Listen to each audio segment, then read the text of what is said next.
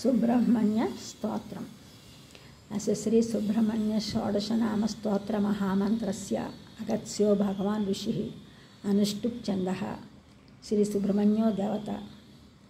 మమేష్ట సిద్ధ్యర్థే జపే వినియోగః. షడ్వక్త్రం శిఖివాహనం త్రినయనం చిత్రాంబరాలంకృతం శక్తిం వజ్రమసిం త్రిశూలమభయదం ఖేటం ధనుశ్చక్రకం పాశం కుక్కుటమంకుశ వరదం హస్తై దదానం తథా జాయే దీప్సిత సిద్ధిదం శివసుతం స్కందం సురారాధిపం.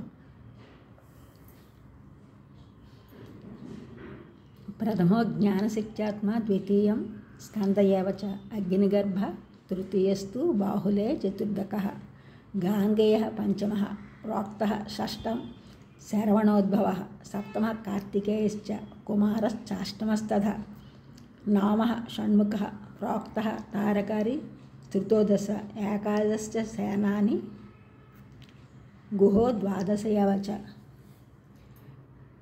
త్రయోదశో బ్రహ్మచారి శివతేజः చతుర్దకः క్రౌంచదారి పంచదశः షోడశ శిఖివాహనः. షోడశైతాని నామాని పఠేద్ భక్తి సంయుతः బృహస్పతి సమో బుద్ధో తేజసా బ్రహ్మణ సమః. కన్యార్థి లభతే కన్యాం జ్ఞానార్థి జ్ఞానమాప్నుయాత్.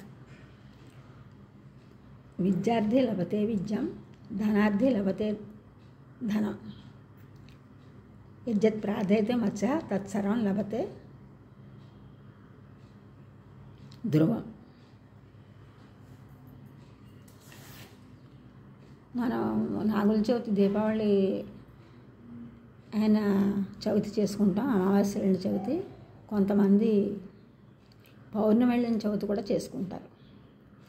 ఆ రోజు కొందరు పుట్టకు వెళ్ళి పాలు పోస్తారు, కొందరు ఇంట్లోనే నాగేంద్రునికి గోడకు పసుపు రాసి దానిపై కుంకుమతో నాగసర్పాన్ని వేసి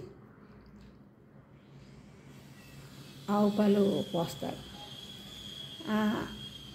ఆయా సాంప్రదాయం ప్రకారం చేస్తారు. కొందరికి పుట్ట నాగేంద్రుడి సాంప్రదాయం ఉంటుంది, కొందరికి వాళ్ళు పుట్ట దగ్గరికి వెళ్ళిపోస్తారు. ఇంట్లో చేసేవారైతే ఈ విధంగా నాగేంద్రుని ఏర్పాటు చేసుకుని పాలు పోస్తారు. నేను ఒక శ్లోకం చెప్తాను, అది చెప్తూ పాలు పోసి నైవేద్యం పెట్టాలి. నైవేద్యంగా చిమ్మిలి అంటే నువ్వుపప్పు బెల్లం కలిపి చేసింది చనివిడి పెట్టాలి. చనివిడి చేసేటప్పుడు ఆ నూకలు ఉంటాయి, వాటితో కూడా పూజ చేస్తారు. నూకిస్తాను మూక రోకాయమ్మని పూజించాలి. మా అమ్మగారు అలాగే పూజించేవారు. మా అమ్మగారు నాగేంద్రుని పూజిస్తూ అత్తగారు కొలిచిన దేవుడు, అత్తగారు కొలిచిన దేవుడు అని పూజించేవారు. నువ్వు నా కంట పడకు, నేను నీ కంట పడకుండా నువ్వే చూడని నాగేంద్రుని కోరుకోవాలి. ఇప్పుడు ఆ శ్లోకం చెప్తాను. నవనామాని శ్లోకం.